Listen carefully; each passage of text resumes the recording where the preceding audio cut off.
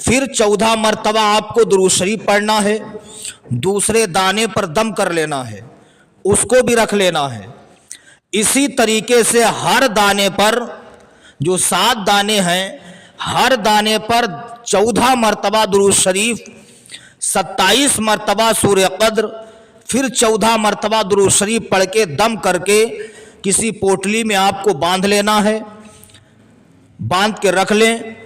اس کے بعد میں آپ کو پیغمبر کی بیٹی خاتون جنت سیدہ طیبہ طاہرہ عابدہ زاہدہ حضرت فاطمۃ الزہرا رضی اللہ تعالی عنہا کے نام پر نیاز و فاتحہ کرنا ہے، اپنے رزق میں کشادگی کے لیے رب کی بارگاہ میں دعائیں مانگنا ہے۔